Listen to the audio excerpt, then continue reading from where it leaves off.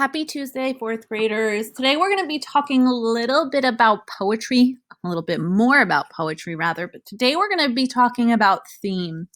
So last week and the week before, we talked about figurative language and how figurative language adds to how we see a poem and what we see in imagery, okay? And so we read a lot of poems about nature and about the importance of nature. Then last week, we talked a little bit more about figurative language and started talking about mood, and we talked about mood yesterday. And mood is the way a poem makes you feel. So figurative language, mood, and this last idea of theme altogether is what makes poetry interesting and entertains us and helps us teach us lessons, okay? So today, we're going to talk about theme. And mood and theme kind of parallel each other in certain ways. Mood helps us feel a certain way about the poem, right? The mood, what the author does and how the author writes it through figurative language and imagery gives us a feeling about the poem. But theme is the lesson that we learned. So yesterday we talked about a poem and we said the mood was sad in Emily Dickinson's poem. And so, but it's sad, but with hope. So if we talked about Emily Dickinson's poem, it made us want to have purpose in life. And that would be the theme or the message. So today we're going to be talking more about theme, and the mood of the poem we're going to read today is what's going to kind of lead us to the theme. Okay. Just like Emily Dickinson's poem, us feeling sad and her saying, well, I would want to help everybody. I want to help a person who's in pain. I want to help a person who's having a hard time. I want to help a bird who falls out of his nest. The theme is that we're supposed to learn that our purpose is to help one another, right? But it's through kind of being sad. I know that Joseph Campoli had made this poem makes me feel sad. That mood helps us understand what the theme is. We don't realize it when we're reading it, but it does. So theme is an underlying message or the big idea of the story. This message could tell more about human nature or life in general. Many poems and stories have more than one theme. There are several ways that a reader can piece together a story.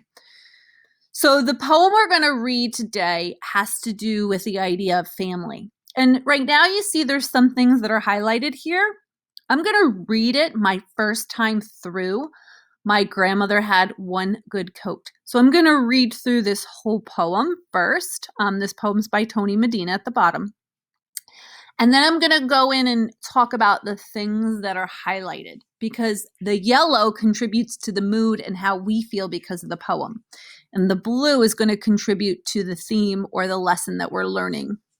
So I'm going to read through it. This poem is narrative in nature. What narrative means is it tells a story. We have structures like rhyme and repetition, cinquain, diamante. You've been learning about those in writing. But we also have a narrative structure. And a narrative structure is like a story. The poem is telling a story. Okay, I'm going to go ahead and read it. My grandmother had one good coat. And remember that title. My grandmother had one good coat. A black wool one with black buttons, shiny as patent leather shoes, and a smooth, furry collar just as black.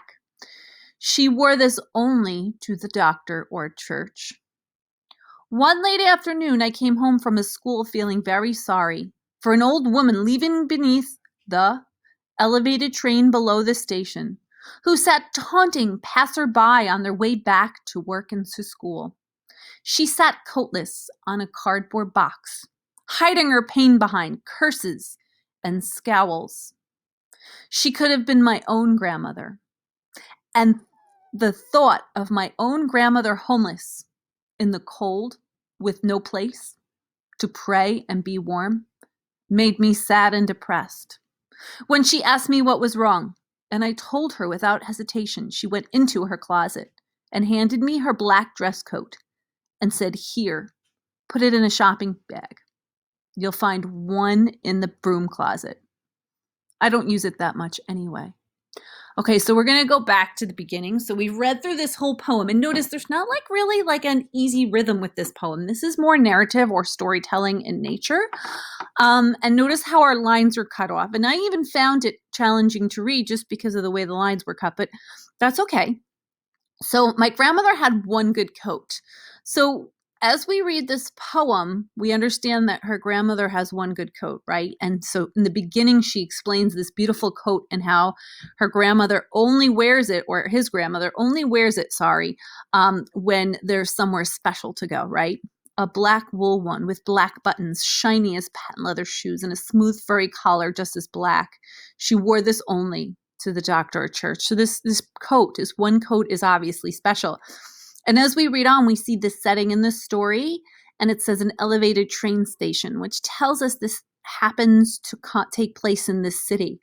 And so the reader finds this homeless woman, and she's, kind of like mad.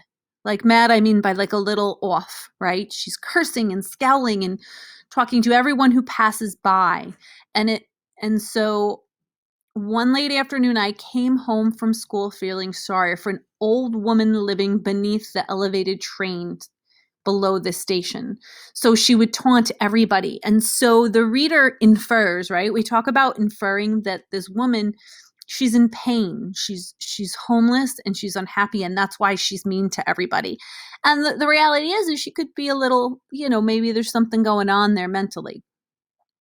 And she talks about how she sits on this cardboard box. And at that point, she stops, or the reader stops, rather. I mean, the writer stops. He stops and he says, this old woman, that could be my grandmother. That could be my grandmother who's homeless, and started reflecting, right? So, the author is giving us a lesson about thinking about other people, right? He's stopping, he's seeing this woman and feeling sorry for him.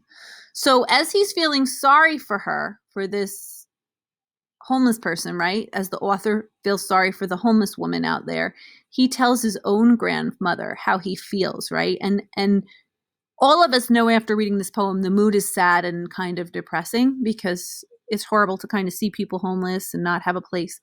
And the actual writer or author of the poem is feeling the same way. He's feeling bad that this person's homeless. And then our last stanza says how he then tells his grandmother. Doesn't say that he tells her grandmother. His grandmother, it says, when she asked me what was wrong. So the stanza before it says, and the thought of my own grandmother homeless in the cold with no place to pray and be warm made me sad and depressed.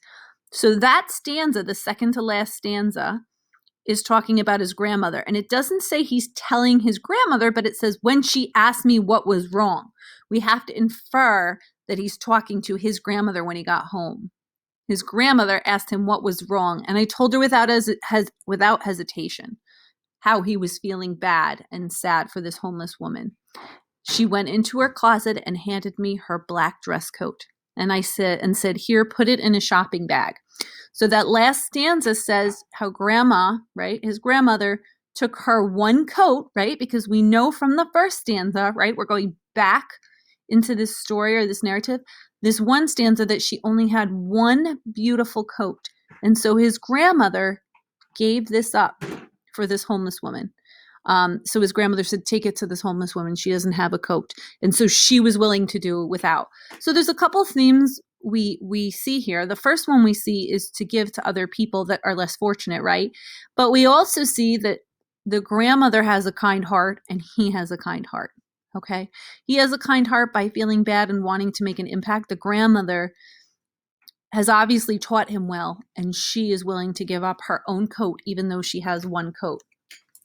So this is a theme of a poem, right? It's the underlying message or the big idea. And the theme of this could be a couple things. It could be to be kind to others and be kind to less fortunate. It could be about teaching your children or your grandparents teaching children important lessons in life, to be kind to others.